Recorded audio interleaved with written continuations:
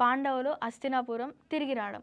పాండవులు ద్రౌపదిని వివాహం చేసుకున్నారని, లక్ష్యాన్ని ఛేదించినవాడు అర్జునుడు అని, శల్యుడిని ఎత్తి పడేసినవాడు భీముడని మిగతా రాజులందరికీ తెలిసింది. మరోవైపు దుర్యోధనుడు, కర్ణుడు శకునితో కలిసి పాండవుల్ని ఎలా ఎదుర్కోవాలా అని చర్చ మొదలుపెట్టారు. కర్ణుడు పాండవుల బలం పెరగక ముందే యుద్ధం చేయాలని చెప్పాడు. అయితే ధృతరాష్ట్రుడు భీష్ముడిని ఇంకా ద్రోణుడిని ఏం చేస్తే మంచిదా అని అడిగాడు.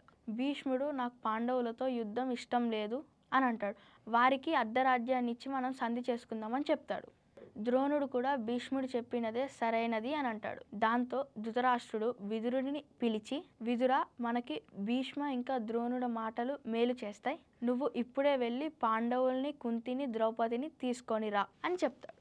విదురుడు పాంచాల దేశానికి వెళ్ళి ద్రుపదుడి అనుమతితో పాండవులు, కుంతి, ద్రౌపది, శ్రీకృష్ణుడిని హస్తినాపురానికి తీసుకొచ్చాడు. ద్రుపదుడు వాళ్ళకి 1000 ఏనుగులు, రథాలు, రత్నాలనిచ్చి సాగనంపాడు.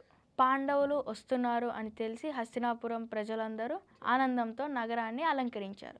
ద్రోణుడు, కృపుడు, వికర్ణుడు, చిత్రసేనుడు వారికి స్వాగతం పలికారు. పాండవులు హస్తినాపురం చేరారు. ముందుగా ధృతరాష్ట్రుడు, ద్రోణుడు, భీష్ముడు ఆశీర్వాదం తీసుకున్నారు. మరోవైపు గాంధారి ద్రౌపదిని కౌగిలించుకొని స్వాగతం పలుకుతుంది. వారిని పాండురాజు భవనానికి తీసుకెళ్లమని విదురుణ్ణి ఆజ్ఞాపించింది. వెంటనే విదురుడు పాండురాజు భవనానికి తీసుకెళ్లి ఏమీ లోటు లేకుండా చూసుకుంటాడు. చూసారు కదా, దీని నుంచి కూడా కొన్ని క్వశ్చన్స్ అడుగుతా, ఓకేనా? పాండవులతో యుద్ధం చేయడానికి భీష్ముడు అంగీకరించాడా? పాండవుల్ని హస్తినాపురానికి ఎవరు తీసుకొచ్చారు?